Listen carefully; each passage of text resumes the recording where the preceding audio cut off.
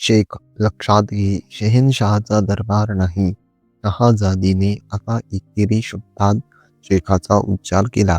किंवा बादशहाचा डेरा नाही. लक्षात ठेवा, आता सत्य काय ते आम्ही तुला सांगतो. तू संगमेश्वर गावाला पिढ्या दिलास त्यावेळी संभाजी एक न्यायनिवाडा करीत होता. न्यायनिवाडा करून त्याने कागदपत्रे त्या व्यक्तीकडे दिलीत. त्यानंतर राजाने तुझी फळी फोडली. 4-6 लोक रायगडाकडे पाठवले. मग नावाडी गावाचा रस्ता राजाने धरला. राजा एकटाच होता. तू त्याला वाड्यात नव्हे तर वाड्यापासून दूर चालत जात असताना गिरफ्तार केले. त्यावेळी तुझी 5-7 माणसं राजांनी पाडली होती. त्यावेळी तुझी 5-7 माणसं राजांनी पाडली होती. हे सत्य आहे ना? शहाजादीने सवाल केला. शहजादी साहेबा, पण तर सत्य जाणता. एवढं बोलून तो गुप्त उभा राहिला. वरना हा सिंहाचा छावा तुझ्या हाती लागला नसता. आम्ही गेले 8 वर्षे त्याचा पराक्रम ऐकत आहोत. तो तर एखादी वीज चमकावी तसा रणांगणात चमकत राहिला होता. त्या राजाची कैद हा एक अपघात वाटतो आम्हाला. शेखलाच सत्य सांगितल्यावर तिला थोडे समाधान वाटले. कर्तव्य करीत असताना राजांना कैद करण्यात आले. शेख निजाम जे समजायचे ते समजून निघून गेला.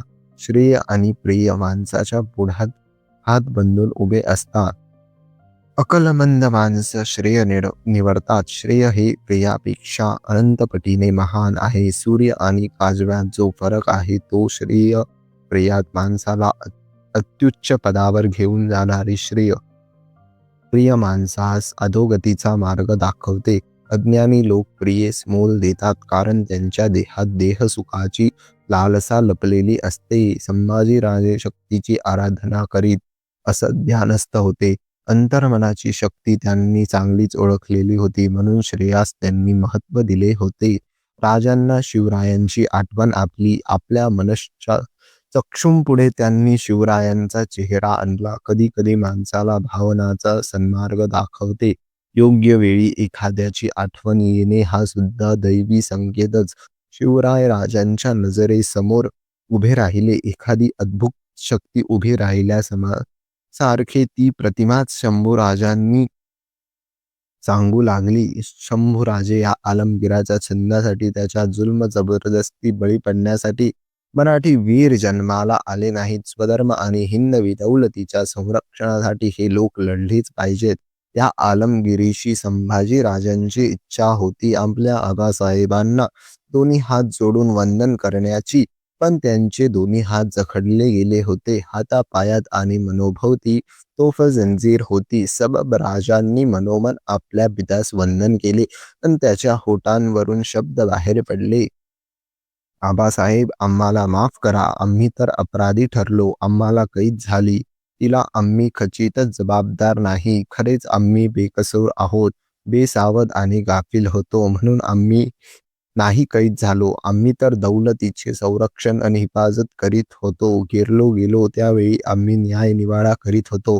पण आम्हाला वेढा पडला. जीवावर उदार होऊन युद्ध केले. निजामाची फळी फोडली. आमची शक्ती, आमचा जमाव अगदीच तोकडा होता. प्रतिकार अपुरा ठरला. 10,000 मोगल पुढ्यात असताना आम्ही 500 मावळ्यांनीशी युद्ध केले.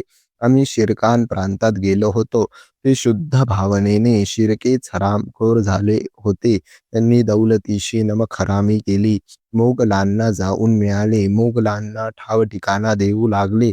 त्यांना जरब देण्यासाठी तिकडे जावे लागले.